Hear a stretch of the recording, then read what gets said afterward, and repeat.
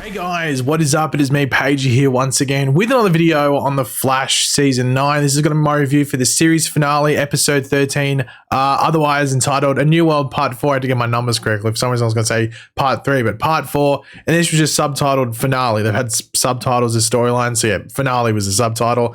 But of course, spoiler alert, it's the finale, so there's some stuff to talk about, so go away if you've not watched the episode. But if you are continuing, let me know in the comments section down below. What did you think of this episode? What do you think of this final season as a whole? Just give me your general thoughts of the show as a whole, because I'm very curious to hear what you guys have to say.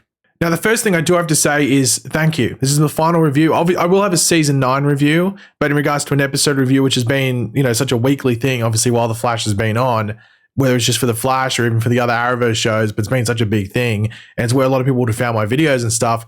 I do say thank you for watching the reviews. It's weird that this is the final one, but all good things must come to an end. So I've loved doing them, and yeah, I think that's all I can say. Like, I get down to really specific things, but I think that's the best way to put it. Just thank you for watching them. Thank you for sharing your thoughts. I don't really take any opinion as a toxic opinion or a hating opinion or whatever the other way, like a shelling opinion. I don't know which way you put it. Opinions are opinions, and I've loved sharing them. And hopefully you've enjoyed hearing mine, and you can hear them for the last time now, at least in regards to a specific episode. But last episode, the final recap, the main thing to say is that Eddie Thawne, after being reborn via the negative speed force, accepts the crystal, accepts the negative speed force's invitation to be the Avatar, and that's where we lead now. And he's been shown the other evil speedsters from the past, and that sets up this episode. And obviously, Iris is still in labor. She's been in labor for a couple of episodes now, so yeah, she's struggling. But I have to say, this episode as a whole, and this might sound weird, but I think it really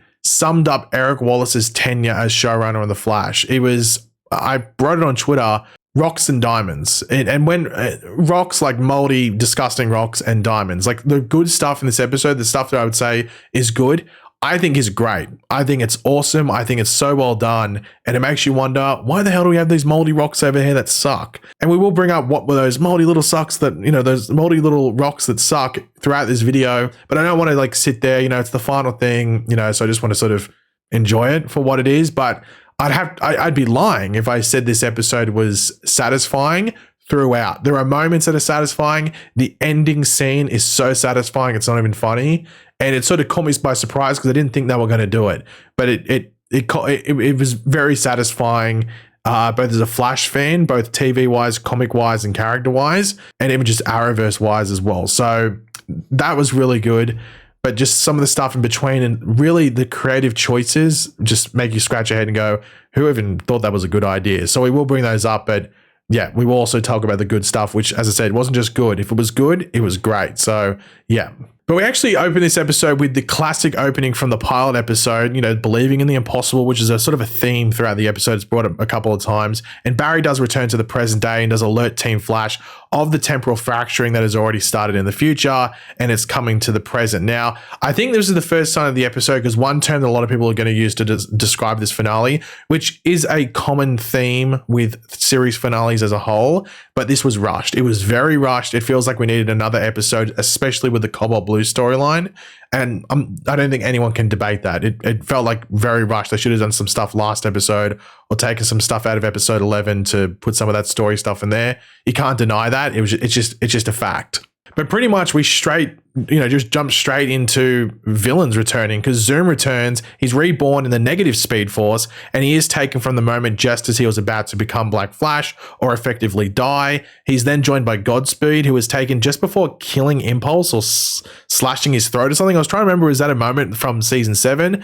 But it's revealed that this is a moment we didn't see. I guess this is set after his defeat in season 7 or once he gets out. I'm not too sure, but they specify 2052 as the year he was taken from. And obviously, and Zoom and Godspeed just looking at each other going like, why the hell are we here? Did you bring me here? Who brought me here? They're just very confused as to why they are there and who's brought them there. And then they are joined by Reverse Flash and then Savitar, who has the blue color scheme. And it was funny seeing all of them claiming to be the fastest, like, I'm the god of speed, blah, blah, blah. I thought that was pretty funny. I thought the dynamic between them was really funny, and I wish we got more of that, just them together as a villainous team. I thought it would have been really cool to see more of that. And once again, that suggests maybe they should have showed up last episode, and then it leads into this finale. But then we do have Eddie show up, and he sort of like mocks that they all died and they failed and weren't able to beat the Flash, which I thought was pretty funny as well. But he offers them more speed, access to the negative speed force, and enough to kill the Flash. And this is when we do get the debut of the Cobalt Blue suit, which I wish we'd seen earlier, but it's still a great suit and I liked seeing it. I think it looks really comic accurate and just really cool. Now, we do go back to Central City Hospital, where, of course, Iris has been for quite a while now, and Iris is getting closer and closer to giving birth, and Eddie does show up as Cobalt Blue after Barry arrives. It's a surprise to Iris. She's like, what the hell? And he explains his whole plan to kill Barry, which in turn kills the Speed Force, which in turn kills the timeline, or allows him to rewrite the timeline and rebuild it the way that he wants and give him the life that he should have had, or at least he thinks he deserved he should have had. Now, we do get a run, Barry, run from Iris. I mean, if you weren't going to get the original Wells in here, I think he's probably, she, as in Iris, is probably the most fitting person. I mean, maybe alongside Joe, but Joe's not really in this episode too much. To be fair, neither is Iris, which really surprised me. We'll talk about that later in the video. But we do get a Flash versus Cobalt Blue Speedster fight, which I thought looked pretty cool. I mean, I saw people, I think it's like 50-50. I think Eddie's running style as Cobalt Blue looks really menacing and like villainous. But then I saw people saying it was goofy. I guess it's up to you. You might have to let me know. There's only a couple of shots of it throughout the episode because we don't see Eddie run too much. But I thought it looked really cool. But this is when Team Flash, arrives to try and group up on Cobalt Blue. But the evil speedsters arrive. All of them now tapped into the negative speed force. We see a Savitar with the red lighting all over his suit and stuff like that. And Cobalt Blue does say it's a Legion. So I'm guessing this is meant to be the Legion of Zoom, I guess. But he's not Zoom, he's Cobalt Blue. But I guess the Legion of Zoom, I guess that's what it's meant to be, sort of, I guess. Now, this is where I think the big issues are going to arise for this episode. I'm not going to lie, I was shocked that this was a creative decision. I sat there going, sure, it annoyed me, but I just know people online are going to be livid at it. And I was like, oh my God, ballsy doing this. That's all I can say. Not ballsy in a good way, ballsy in like a silly, sort of stupid way. I can't believe this happened. At least the decision to bring back these villains and then do this. So let's discuss it. So Team Flash separates to verse the individual speedsters. So one Team Flash member goes off there, one Team Flash goes over there to take on one of the speedsters while Barry takes on Cobalt Blue. Now, we did have Nora taking on Savitar, and this is the one that I really don't have too much of an issue with. So Nora takes on Savitar. They get to like the point pretty much where they started off, I think, on like near the water. And Savitar does stab Nora, or appears to stab Nora. However, she phases in time and sort of removes his blade and takes him out by stabbing in the back. Now, this is the one I think actually makes some sort of sense. Is it a bit anticlimactic because of how, how lethal Savitar was to Barry and stuff like that? It was an homage, obviously, or a bit of a reference back to how he killed Iris, or, I guess HR.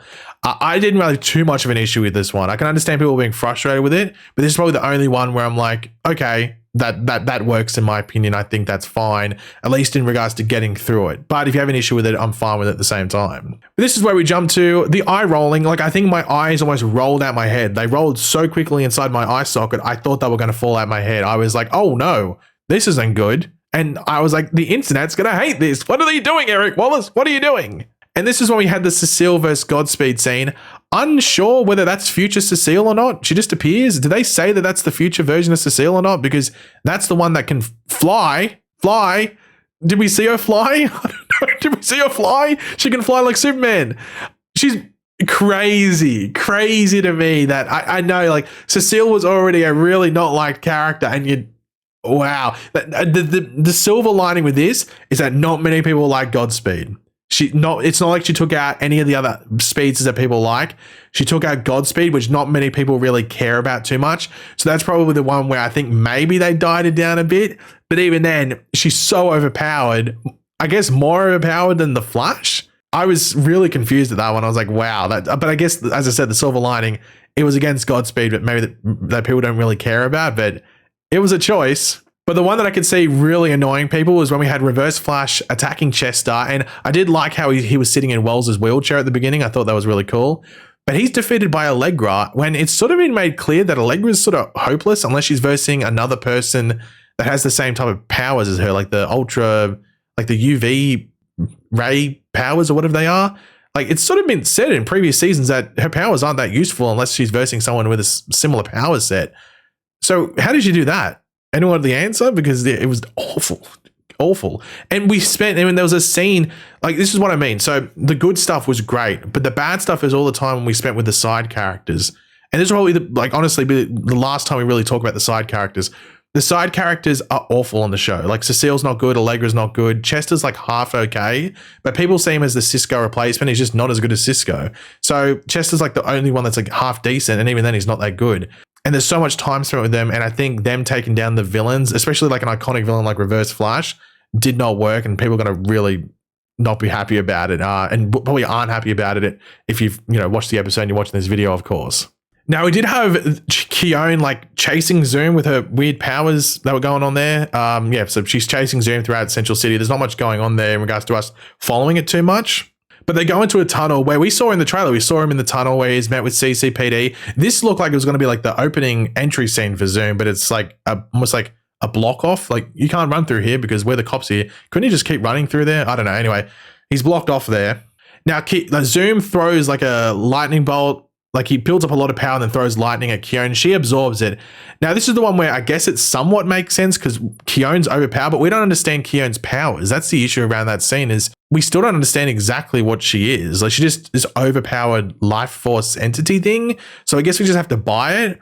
But Zoom was just like taken out really easily as well. And this was the weird thing about this, is that I know you don't want to look at behind the scenes things too much, but it felt like Zoom, like Teddy Sears, who plays Zoom or Hunter, was there for ages. It felt like he was filming for like an entire week, and he's in like 3 scenes. So it's really weird. Like, I don't know what the timing was. Maybe just like I don't know if Grant having COVID removed scenes and they just altered them. I'm not too sure exactly how that played out. It was a bit weird. It was a bit weird. But yeah, Zoom's knocked out. So they're not, I guess like Savitar might have been the only one that was dead. I'm not too sure what happened to Godspeed. And Reverse Flash, I guess, was just knocked out, and same with Zoom. So they're all knocked out, and I was like, okay, what's going to happen from here? But this is then when we get the Flash versus Cobalt Blue scene, and Eddie makes the sword. It's not blue. I wish he had blue lightning. I wish the crystal just made his lightning blue, so he could have had like the blue sword. But he makes the sword like from the comics, but it's just made of like negative speed force energy. But Jay Garrick randomly arrives for like his only scene. He's only in one scene. It was sort of random, but he absorbs the sword's power. But Eddie ends up absorbing the other evil speedsters that were connected to the negative speed force to get more power. And in doing so, he is in danger of repeating what happened to Thawne last season and sort of being, power hungry to the point of death, which I mean, makes sense because they already established it, happening to someone else previously. You could argue it's repeating it, but I mean, if it's happened before, then it makes sense it would happen again. And this is when we get Thawne able to get Barry to access the negative speed force. But before that, Thawne does encourage Barry to reason with the negative speed force because he is the Avatar. And if he's taken away as the Avatar, someone will just come in to replace him. And it could be someone that's even harder to negotiate with and deal with. And it could just be this never-ending cycle. So they need to learn to coexist. Now, this leads Barry like trying his hardest to get through to Eddie, and Barry is just letting himself get beaten up. Now, Barry is making some headway, I guess, into getting Eddie back, but the negative speed force is fighting back, and it's just not allowing Eddie to get through. But Eddie does get on top of the crystal and does destroy it. But this doesn't just free Eddie. Like, I think people might get confused by that because the scene doesn't make it clear. But Eddie isn't just goes back to being dead. He's still the Avatar. So he's still the Avatar of the negative speed force. But I guess him and Barry, or him and, the speed force, are going to live in a more, applicable way, or they're going to coexist as has been thrown out there. So Eddie is just now the Avatar of the negative speed force, but more level-headed and not corrupted to a larger degree at the very least. It's not really properly explained there, but that's what happens. Now, to me, I think I have issues with it because it's, once again, it goes back to that term, rushed. It feels like we should have had more of this conflict in previous episodes and not just had it in this final episode. Look, I'm not too sure what the issues were behind the scenes. Grant apparently only had COVID during the finale, so I don't think that would have changed it. And this felt like it was a plan story-wise for this to be the case, and nothing really changed it. So it's a strange decision, but as I said, a lot of series finales do struggle to wrap up properly. A lot of them do feel rushed, so it just sort of plays into that stigma that is usually there with series finales. But it was a bit... It was a bit weird. It was a bit rushed, but those scenes were still good. Like, all the Barry and Eddie stuff in this episode was still really good. It just was, specifically in this scene, I just felt like they just really went fast forward through it. Like, they flashed through it pretty much. Now, Barry does go back to the hospital where Iris is about to give birth, so just in time. And while waiting, Timeless Wells actually does appear to Thawne, informing her of it like being the time for her to move on to bigger and better things. Now, this scene was actually one of the few scenes in this episode that got me emotional. The final scene, just because it's the end, but also sort of expanding it. But this scene just felt like OG Team Flash saying goodbye, but without Cisco, because you had Wells, who looks like the Wells bride from season 1 minus the wheelchair, obviously because it's meant to look like the original Harrison Wells, and then obviously Thawne, it's Daniel Panabaker who plays Caitlin. So that felt like OG Team Flash saying goodbye, and also they were talking about like letting your friends go, and it was almost like a bit of a like saying goodbye to the show as well. But that scene's like with 15 or 10 minutes to go in the episode or something, so it was really early to have a scene like that. But that was one of the scenes where it was a bit emotional because it was like one of the goodbye scenes, if that makes sense. But we do have Iris giving birth to Nora with like sparks of I think it was purple lightning between Barry and Iris throughout, obviously because Nora has purple lightning. And we do have that Joe and Iris scene with I think Joe singing a lullaby. I don't know if that's an actual lullaby or made up, I'm not too sure. But that was a nice scene. Like Iris has like a montage of her. I don't think that was needed.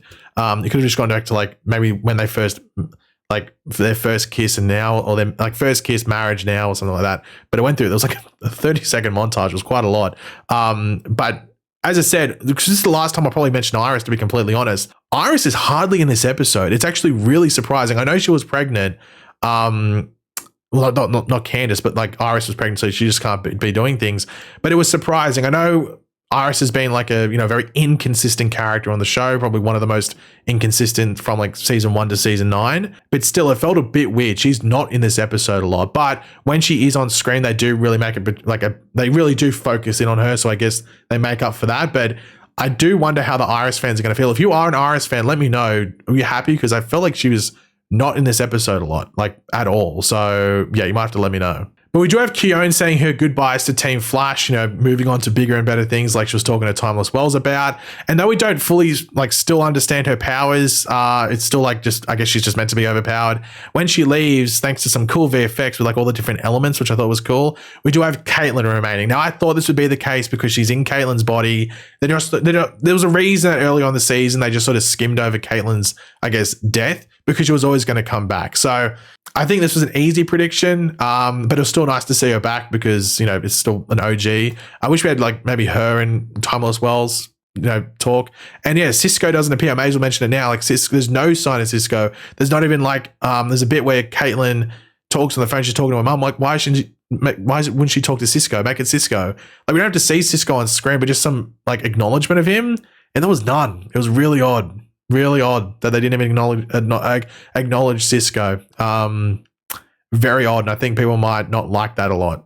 Sure, if you can't get him to appear, that's fine because schedules are schedules and you just can't make it line up. But I'm surprised they didn't at least mention him, at least in some high regard, or show a picture of him. I don't think there's even a picture, so that was weird. But we do flash forward just 1 week, not like a year, not 3 years, just 1 week. And we're at a party for baby Nora. And Barry does apologize for the last time that he and Caitlin saw each other before she went away, which was when like Barry destroyed all of her research that she was doing to bring back Frost. And it was trippy having Nora, like adult Nora there at the party. And I guess it was like close. I think it was like pretty much people associated with Team Flash and then like the people that work at the Citizen. I think that was the people there. So I guess no one's really going to be too sus of Nora being there, but it was just a bit trippy with adult Nora holding baby Nora and everything like that. And I also had the same question for Timeless Wells being there, but maybe just who cares? Who cares? It's finale, just no question, no questioning, who cares? Now, one thing that I don't know how it's going to feel to people is when Joe proposes to Cecile. It's like with like 3 minutes left in the episode and we have that. I didn't think it was necessary at all, and it takes up like a minute and a half of screen time. I didn't think it was necessary at all. They're older. Like Joe's like in his late 50s. They don't need to get married. They can just go and live and be a couple, and there's no need for that. So yeah, I think that wasn't necessary, but maybe they just wanted closure on that. So yeah, I don't really have too much thoughts on it. I thought it was a waste of time for the most part, but I don't really have anything too much against it. It's probably just down to the individual who watches it and how you feel about it. But the scene which like really hit me was when we had Barry getting ready to read a story to baby Nora, and it looks like he's going to read the Runaway Dinosaur like his mother read to him, or another childhood nursery rhyme, lullaby book, or whatever it might be, anything like that. But he instead recites his story as the Flash. You know, Barry Allen leading into the Flash and the legacy that follows. And we see him running through Central City, you know, all through the different parts and stuff. And he ends up throwing lightning into the sky, and that, you know, he's going to choose people, and he chooses new speedsters. And we see all these people, which we'd seen one before. So we see Avery Ho, who we'd seen in the episode with Bart and Nora last season, you know, that Bart had talked to. Now she in the comics is a speedster as well. So she is someone that's chosen and will be hit by, there's 3 lightning bolts that went off. So Avery Ho becomes one of them. Then we just do see Max Mercury, who Eric Wallace had teased that he did want to make an indigenous American into, or a Native American into Max Mercury because of the ties in the comics to the Native American culture. So it was cool to see that. And he was a bit older as well. And then we do see Jess Chambers, who is a recently new character in the comics, but it's someone that will, like, you know, it's cool to see that. Like, I mean, like, these are the first live action interpretations of the characters. Like, of course, of Avery Ho, but we'd had her recently or before. Then we get the first live action Max Mercury and the first live action Jess Chambers. As I said, she's recent, so it's a big jump from like how recent someone's a character in the comics to being on screen. So I love that ending. I love that ending. That's like a 10 out of 10 ending to me. But I think that sort of sums up Eric Wallace. There's a lot of rocks in this episode, a lot of moldy, smelly rocks you just want to kick to the side and not watch again or not see again. And then there's some great stuff. There's some diamonds, there's some rubies, there's some nice gems and jewelry and stuff like that in this episode. And I think this finale summed up Eric Wallace. And people probably, I think at the end of the day, you'd probably say this is a very subpar finale, not below average, which some would say is probably a good sum up of Eric Wallace. But I think that final scene is what I'll remember the show for. So yeah, I'm happy with that one. At least the scene, not the whole episode. I think the episode as a whole is rushed. It's just the side characters, yuck. But the Flash stuff, like the actual proper Flash stuff, I think is done well in this episode. Outside of the villains, but that ties into the side characters. So like with Barry and everything, I'm really happy with that. And really, I sort of said this, I think in like some streams and some videos, if they do Barry good and they end him off on a good note, I think I'd be pretty happy with it. And that's what they've done. So that's all I can really say in regards to that. But yeah, guys, that is it. That is my final review. That is my final review for The Flash in regards to an episode. I will do a season 9 review. I'll probably wait like maybe a week. It might be next week when I do that review. I want to sort of spend some time on it. But yeah, it's crazy. The show is over. Wonderful run. Thank you to everyone that watched. But yeah, if you enjoyed the video, it would be awesome if you could drop a like and show support. Let me know in the comment section down below your various opinions on this episode, your favorite moments. Did you like the ending? Were you happy with it? Everything like that. And yeah, new channel, make sure to subscribe. And I'll catch you guys later. Goodbye.